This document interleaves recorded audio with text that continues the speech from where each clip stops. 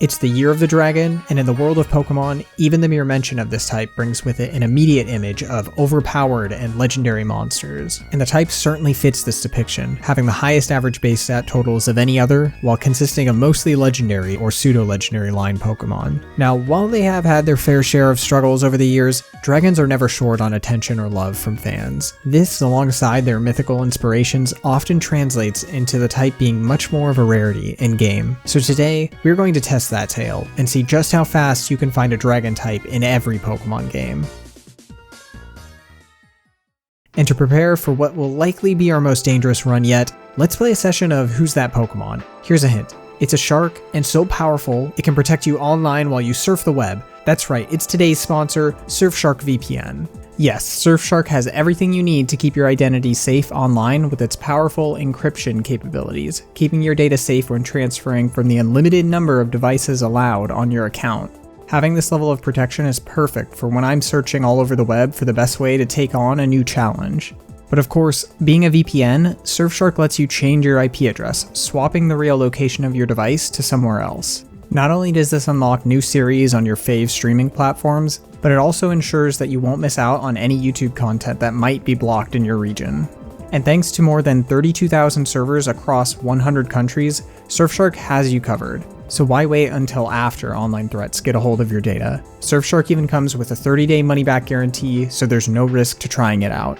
All you have to do is check out my link in the description or scan this QR code to get started with Surfshark and get an extra 3 months free.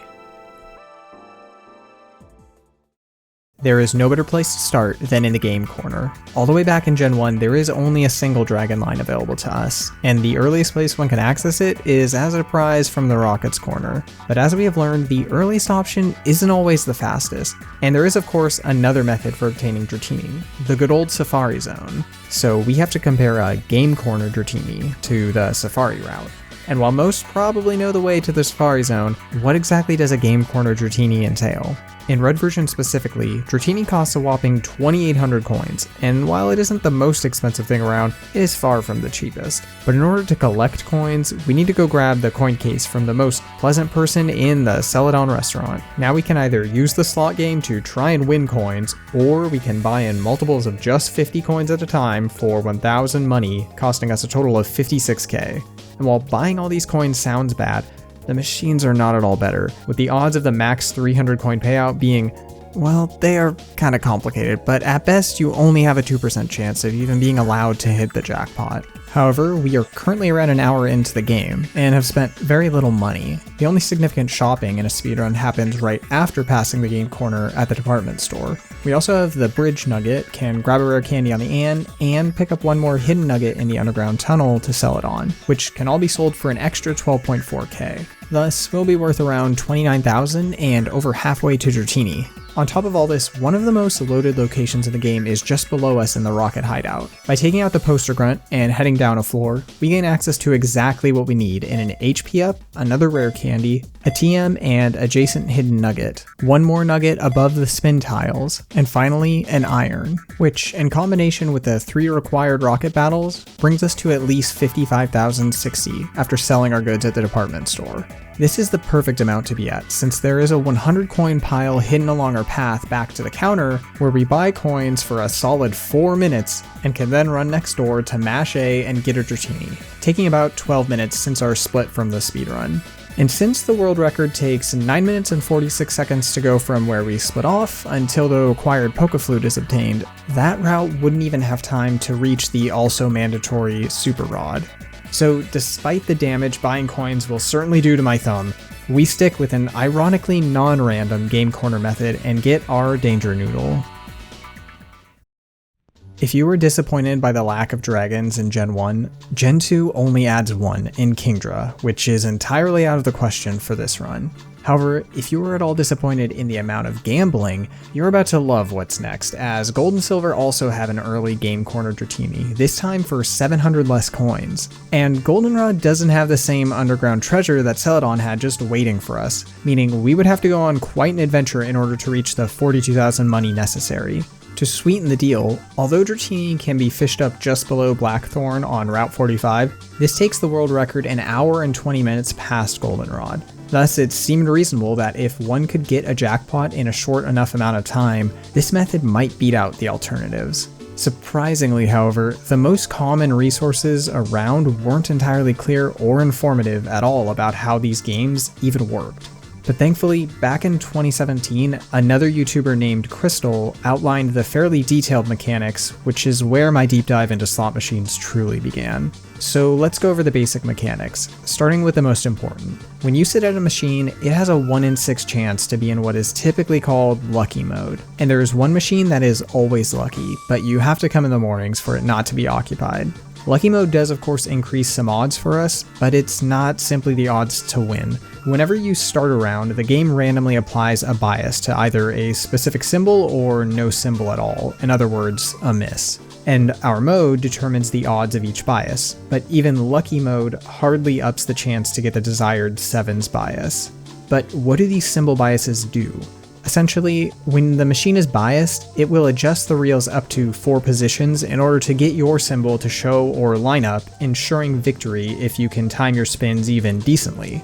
Thankfully though, when you have that rare sevens bias, the second reel has a 31.5% chance to automatically spin to a 7 if you completely miss. Plus, the third reel is then favored to automatically line up the last 7 by either slowly continuing to spin, dropping golems to shake the machine, or having Chansey throw eggs at the reel.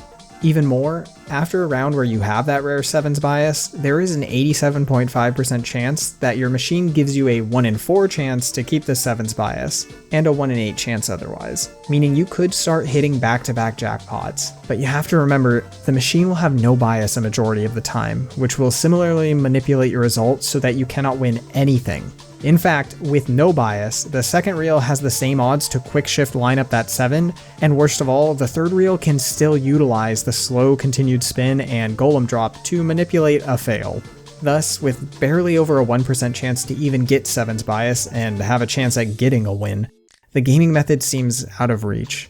To be honest, my first attempt at this was absurdly lucky, as after getting sevens bias and hitting a jackpot, I lost the bias but got it back within a few minutes and strung together multiple jackpots, getting our Dratini in 31 minutes, which means we can at least compare this to outright buying the coins like in Gen 1, but with far more planning required.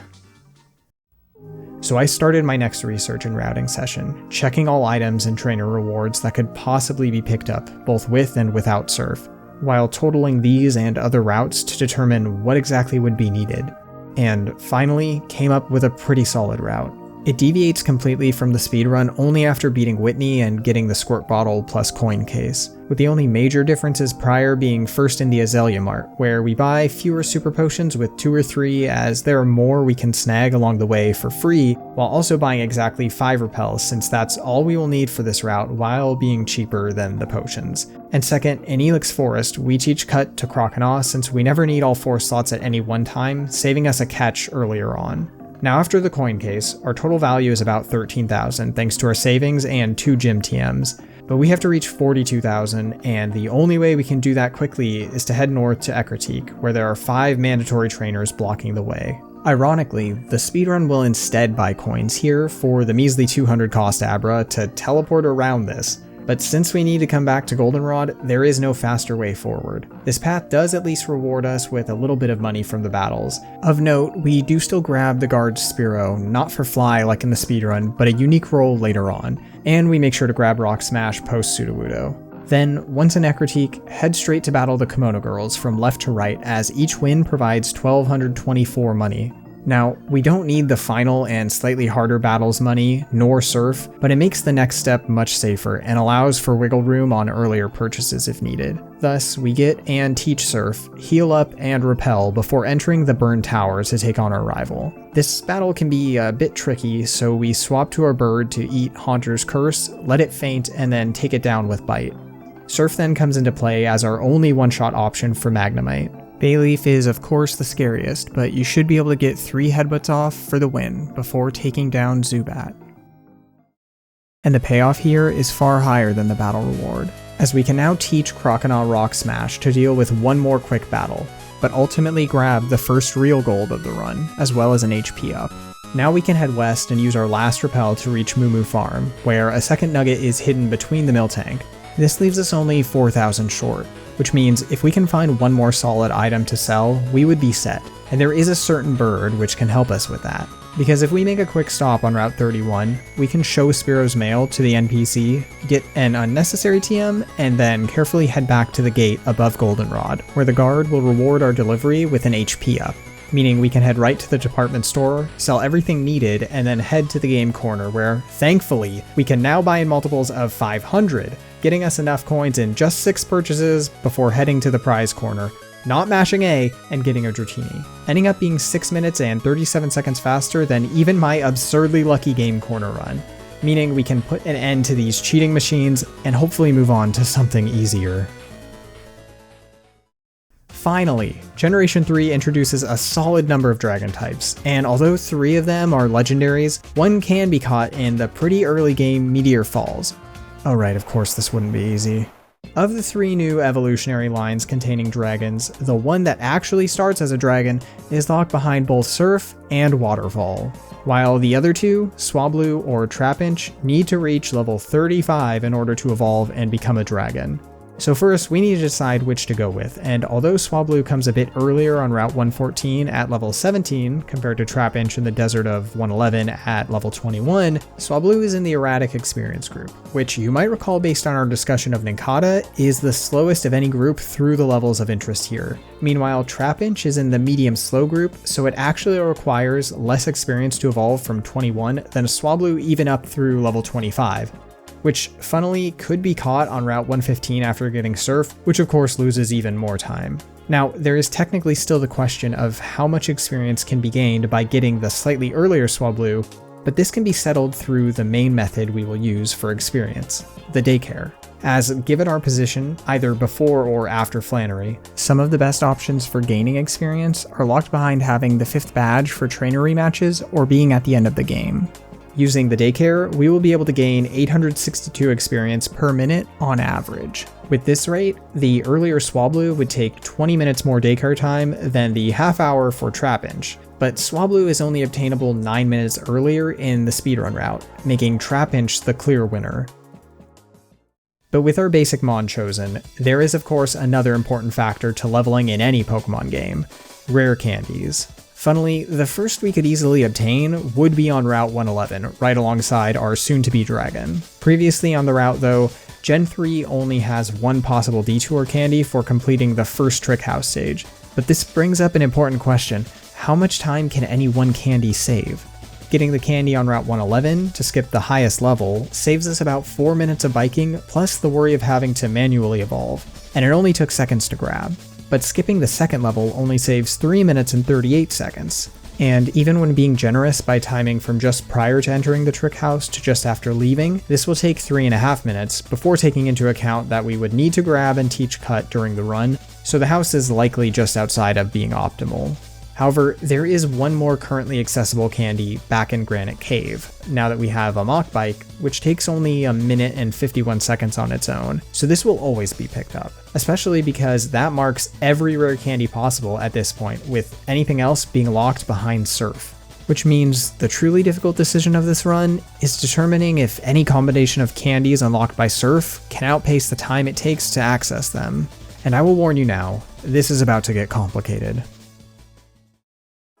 So first off, let's start by simply timing the world record from the moment they set foot in Norman's gym until they win, get Surf, and perfectly for us, grab the closest rare candy to now be available in town across the pond, taking 6 minutes and 35 seconds. From here, by following the world record over to Route 120, we can split from the run briefly to cut down a few bushes and get another quick candy.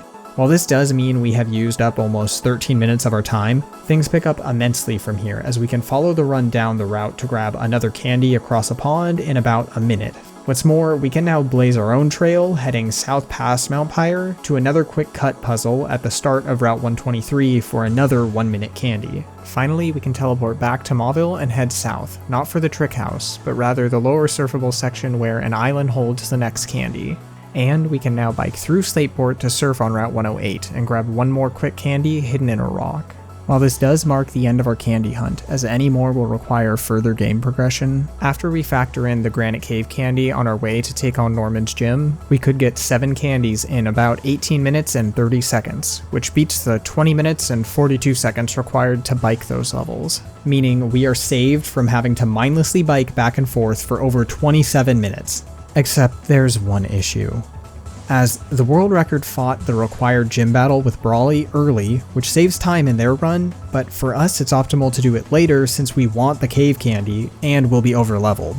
Thus, even with this quick Brawly takedown, the total time for all 7 candies is actually around 21 minutes and 11 seconds, 30 seconds slower than biking all those levels. So we have ended up with a more monotonous task than purchasing coins in Gen 1.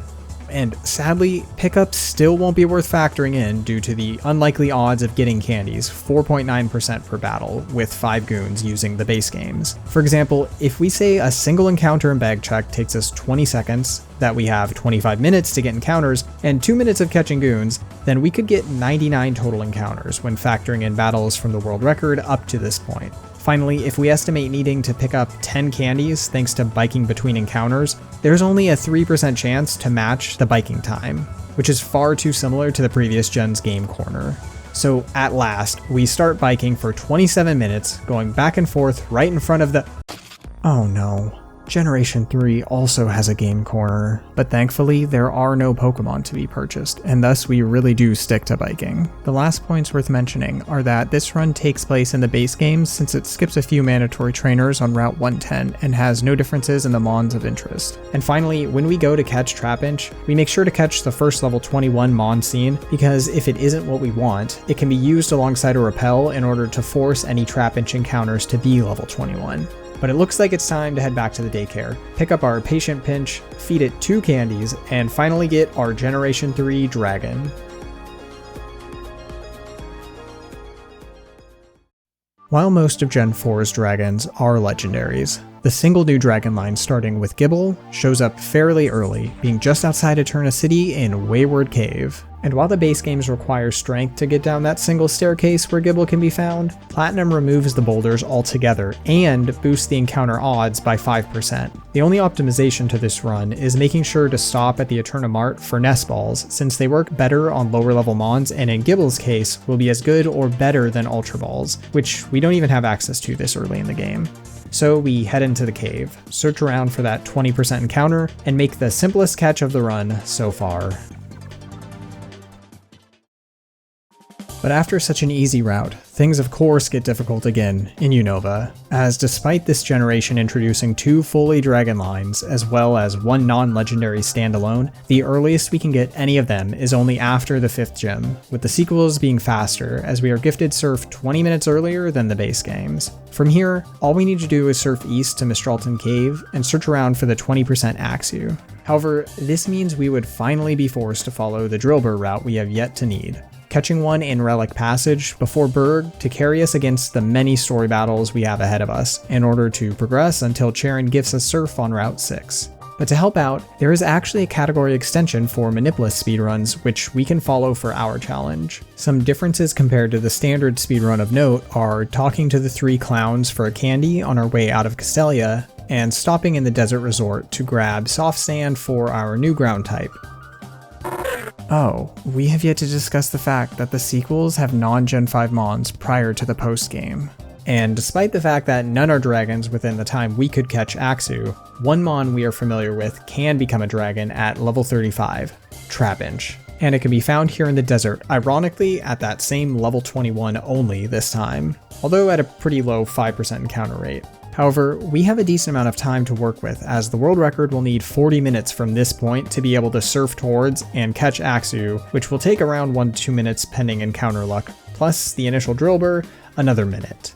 So to start, I was able to get a Trapinch within 10 encounters or under 4 minutes, which has a solid 40% chance to occur. And you could use the same repel strat discussed in Gen 3 to catch any level 20 and up Sandshrew or Dwebbles you might find to speed things up. From here, we again have 1 rare candy for the final level, and about 40 minutes, more than enough time for the daycare method, since the amount of experience needed is the exact same as before. Except, in the sequels specifically, the daycare is not available until the post-game, and there are no other rare candies we can get at this point. But what all of the Gen 5 games provide is an even faster way to gain experience, in Audino. Not only does this Pokemon have one of the highest experience yields, it is available in just about every grassy area through the rustling encounters we discussed last time, specifically right outside of Nimbasa on Route 16 at an 85% rate. Together, this means that even though Gen 5 also makes our experience gains smaller the more over-leveled we are, there should be more than enough time to level Trapinch. All we have to do is head to Nimbasa, buy a few potions for quicker recoveries and as many repels as possible, then head to the route, repel, and lead with Pignite until our Trapinch is at 25 to outlevel the grass, handing it the soft sand and the lead. From here, we can always wipe if needed in order to heal up and restore PP at the center, and bike back. In the end, I was able to reach level 34, Candy, and evolve into our buggy dragon once again, with at least 9 minutes to spare over the Axew run, meaning Vibrava gets a second victory, tying up the score with Dratini before we can flag on to some games which can't possibly be as complicated as what we have seen so far. And to my surprise, Gen 6 is not just simple, the problem is essentially solved on its own by just following the speedrun. Similar to the last episode, we are forced to speak with a scientist at the end of Glittering Cave, and by mashing A, we end up with a jaw fossil, which can be restored right away for the rock dragon type Tyrant. But as enticing as this forced option might be, there is actually something just a bit earlier that is also along a normal route. Inside Connecting Cave, a dragon we missed out on earlier has a modest 10% encounter rate. The speedrun reaches the cave at 38 minutes and 55 seconds versus having the fossil back in Ambrit Town at 48 minutes and 13 seconds. So we have a solid 10 minutes to find the dragon we missed out on last gen, Axew, and make our next catch. And funnily, just after exiting the cave, there is one more dragon we missed even earlier, Bagon, but has an even lower 5% encounter rate, keeping it just out of reach for our run. However, Bagon will certainly get some time to shine when we move over to Alola, since this dragon has one of the most discussed encounters in this region, not just being encounterable early in the game on the first island, but also being able to SOS call its final evolution, Salamence. Okay, so how do we get the little guy? Well, first off, Bagon can be encountered in two locations, on Route 3 in the grass past the bridge at a 1% rate, or in Kalae Bay's patch of grass with 10 times those odds. And while the latter sounds much better, it cannot be reached until after we have the Ride Lapras. Thus, we have to stick with Route 3, requiring us to finish the story through the third How battle in order to cross the bridge and start searching. But this is where the problems start, as we haven't dealt with such low encounter odds before, and there is no way to repel trick around it since everything has the same level range. I had one attempt where I found one after 114 encounters, which even that was only a 68% chance. Now, while I have yet to mention the differences between the base and Ultra games, sadly the odds for Bagon are exactly the same.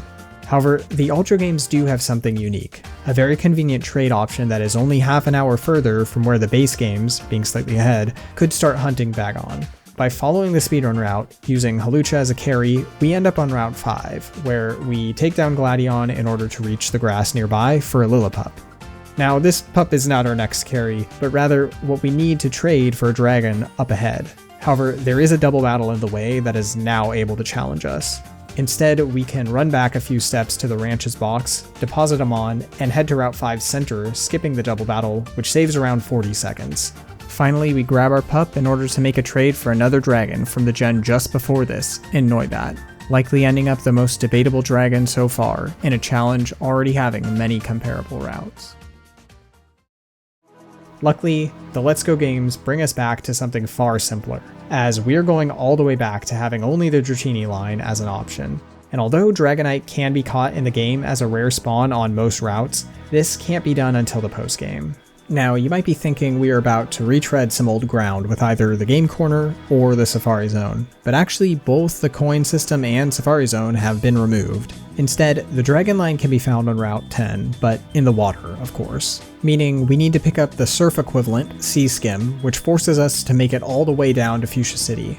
Luckily, there are no particular requirements to get or use the technique, so we still don't need to worry about catching the 50 mons needed for Koga's gym.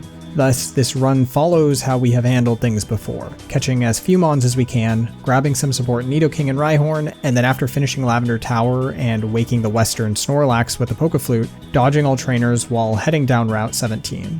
Once in Fuchsia City, a cutscene that can't be skipped plays out before Surfer teaches us how to ride the waves. Now all we have to do is fly to Cerulean and run back to Route 10, where we can now Sea Skim and use a lure to help hunt for the combined 5% chance to find a dragon. And although we don't end up with the rarer 1% Dragonair, we do get our first non-prized Dratini relatively quickly, saying goodbye to the Gamecorner for good. If I've learned anything during these challenges, it's not to underestimate the wild area's potential in Galar. As some might recall back in the Ghost video, I overlooked a few locations here which had hidden encounters with ghosts, in particular the Watchtower ruins. However, the overworld encounters in areas such as this are still outside of our current level 20 catching range, which is exactly why the early Noibat you can find here is just out of reach.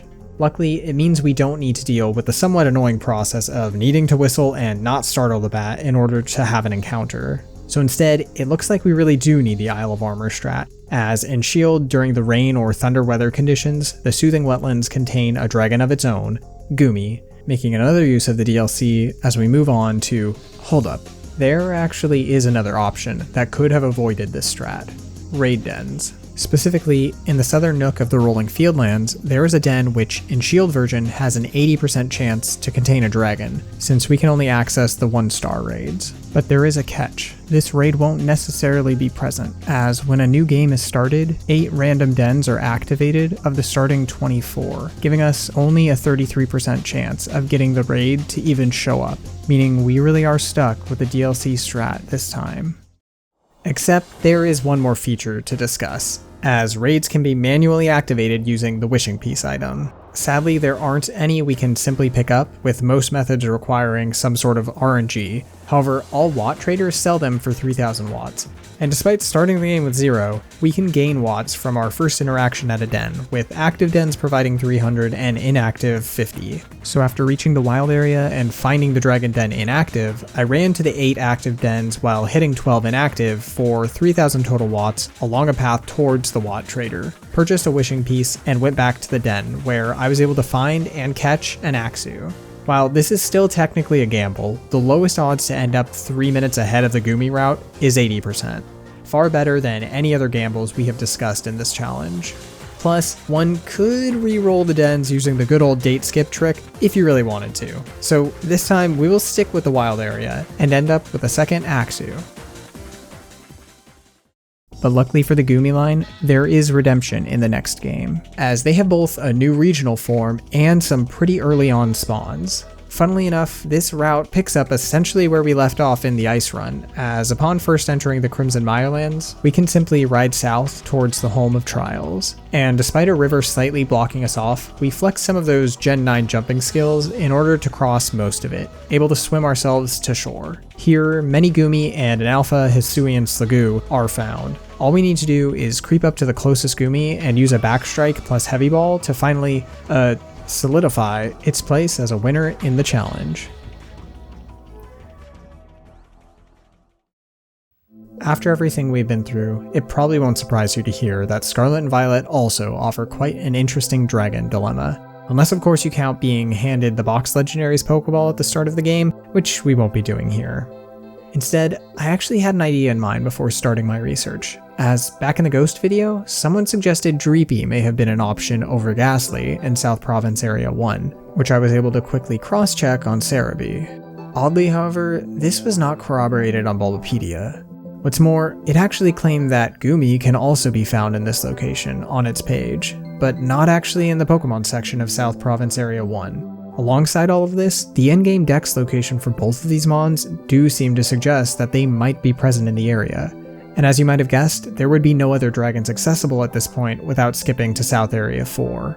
Thus, my curiosity and desire to determine if we could catch a dragon in the area was certainly piqued, and I began digging further into the situation. I first realized I didn't know too much about how spawns even worked in these games, and this led me to finding a Reddit thread containing what might be the earliest spawn information posted. Here, one can determine the biomes or specific Paldean landmarks each Pokemon could be found at. However, the threads seem to suggest that matching area spawns could be encountered at any such biome in the region, but the OP didn't give a definitive answer on this.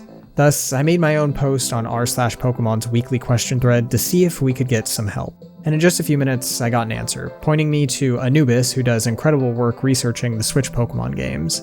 From them, I quickly found an answer to one piece of the puzzle, being that Scarlet and Violet spawns were a complex matter, and I was worried I wouldn't be able to fully determine if the dragons could spawn without getting into the game data myself. But after digging through more of Anubis' work, I found Vivian, who, with the help of Anubis, recently did exactly what we needed, creating a Google Drive with maps for each Pokemon in the game and their associated spawners. Thanks to this, I was able to definitively see that neither Dreepy nor Goomy can be found in South Area 1, which means the in-game Dex image must simply be accounting for surrounding portions of Area 4 and 5 that do host these mons. Thus, we are indeed stuck with hopping across the gap to Area 4, where we can luckily find both Goomy and Dreepy around the nearby Cliffside Lake. One final thing to be wary of is that these dragons are both harder to catch or higher level than the other catches we have made after crossing areas. With that said, saving before the encounter is likely optimal, and if you have an option, Dreepy is the better choice as its strongest move is only Bite versus Goomy's Stab Dragon Breath, which will likely one-shot your starter and Lechonk. But after another more complicated than expected journey, we catch what is likely the most unexpectedly dangerous encounter of the challenge. With that, we have decided which deadly dragons are the fastest to get in each of the mainline games, taking a total time of 14 hours, 5 minutes, and 16 seconds. This certainly felt like the most absurd set of Pokemon runs we have put together in an episode so far, but I would love to hear what you think about it all in the comments. If you enjoyed all the craziness, liking and subscribing always helps a ton. And if this is your first video of mine, I have a playlist of all the catching challenges you can check out here, as well as one of my fave videos where I investigated a 20-year-old Yu-Gi-Oh! Mystery. Anyways, I've gotten some very exciting updates regarding the 2 other projects I've been hinting towards, and I really can't wait to share those with you all as soon as I can. Until then though, thanks so much for watching, and more to come soon. Thanks again to Surfshark for sponsoring this video, and don't forget to check the link in the description to get protected today.